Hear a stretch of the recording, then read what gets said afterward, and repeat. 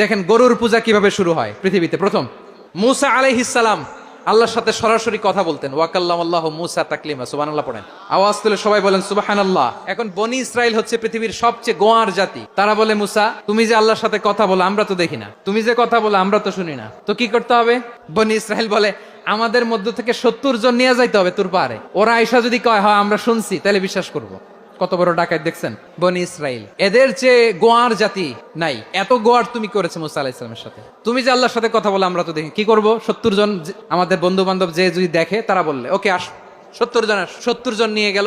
মুসা আলাইহিস সালাম হারুন আলাইহিস সালামকে খেলাফা দিয়ে গেলেন, আল্লাহ ওনাকে নবী বানালেন। মুসা আলাইহিস সালাম বললেন, হারুন খবরদার বনি ইসরাইলের মধ্যে তাওহীদের বাণী প্রচার করবা, ঐক্য ধরে রাখবা, বিচ্ছিন্ন হতে দিবা না। চলে গেছে। এইদিকে বনি ইসরাইলের এক দুষ্ট লোক ছিল, নাম সামিরি। কি নাম? সামিরি। সে সবাইরে বললো তোমাদের স্বর্ণগুলো ফালাও। স্বর্ণগুলো ফেললো, বনি ইসরাইলের স্বর্ণগুলোকে গলিয়ে সে একটা গরুর বাচ্চা বানালো, গোবৎস। কিসের বাচ্চা?